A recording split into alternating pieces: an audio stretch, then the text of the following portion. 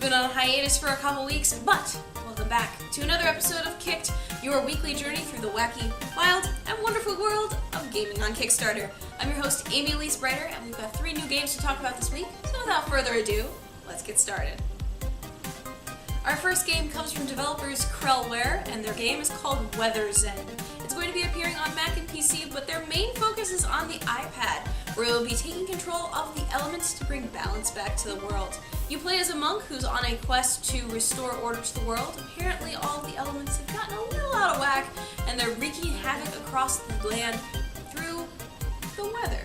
So not only are you trying to survive the elements, you're going to be planning out how you're going to be taking shelter, what you're going to be using to kind of combat the weather, and ultimately your goal is to restore balance and harmony to the universe. The game uses this really great kind of Japanese-inspired ink art style. It's absolutely beautiful to watch. And they're also participating in the Kick It Forward program, which some of their funding will be going to back other Kickstarter projects, which is always a really good way to see developers kind of paying back to the communities that have supported them. They have gotten $21,000 pledged. They're aiming to hit $99,000, and they've got 15 days to go. So if you'd like to see this game become a reality, I highly recommend going and checking out their campaign.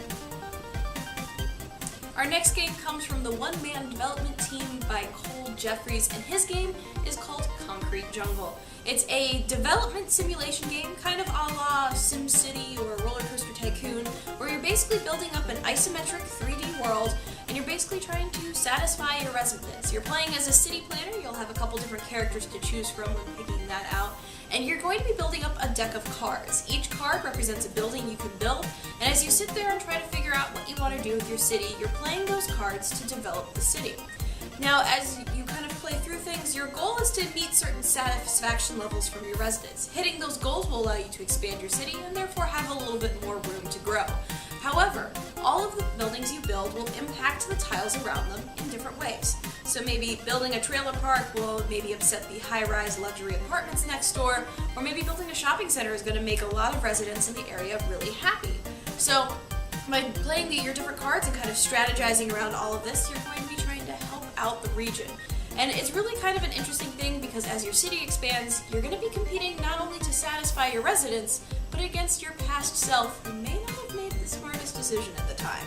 So you have to work around that as well. They've actually tripled their funding goal. They were aiming for just £3,000, but they've gotten 3 times that, and a lot of that money is going to be going to stretch goals that will be helping expand the game, put a whole new night mode in it, which will completely redevelop the way the city looks, in addition to some other different things like new characters to play and other things like that.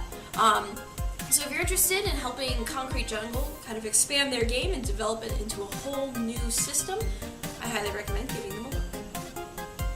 Our final game this week is another type of strategy simulator. It's called Epic Manager, and it's coming out of Manifold Entertainment. It's a fantasy RPG meets management simulator, kind of a la sports games where you're managing your dream team. You're building up a dream team of adventurers who you're going to be training and sending out on various quests to bring in some money. You'll also be sending out scouts to hunt down some new talent, as well as kind of pre-plan what your team should be doing. All of this will go back into your guild, building up your reputation as an agency, maybe attract some new fun-looking hires, but you're also going to be trying to think about how you're going to be managing your resources. Are you going to spend that gold on attracting the new hot hero in town, or are you going to be spending it on training up some of the guys who may not be so impressive, but just need a little extra help? It all comes down to the decisions you make as you try to unlock new classes and build up your reputation as the Epic Manager. And yes, this comes with rewards because as Epic Manager, you control the city for the next year.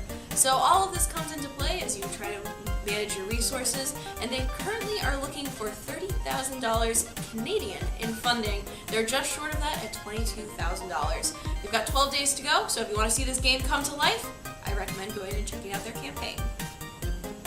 Well guys, that's all I have for you this week, but if you have a game you'd like to see me cover in a future show, you can always find me on Twitter at @AEBrighter or shoot me an email at amy@invisiblegamer.net.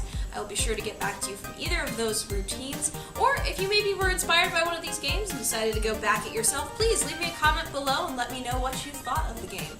But that's all I have for this week. As always, you should be hanging out with my friends at invisiblegamer.net. That's the site I work with. We're also on Facebook and Twitter. All of that information, as well as links to the campaigns we talked about this description below. Thanks for watching, guys, and I'll see you next week.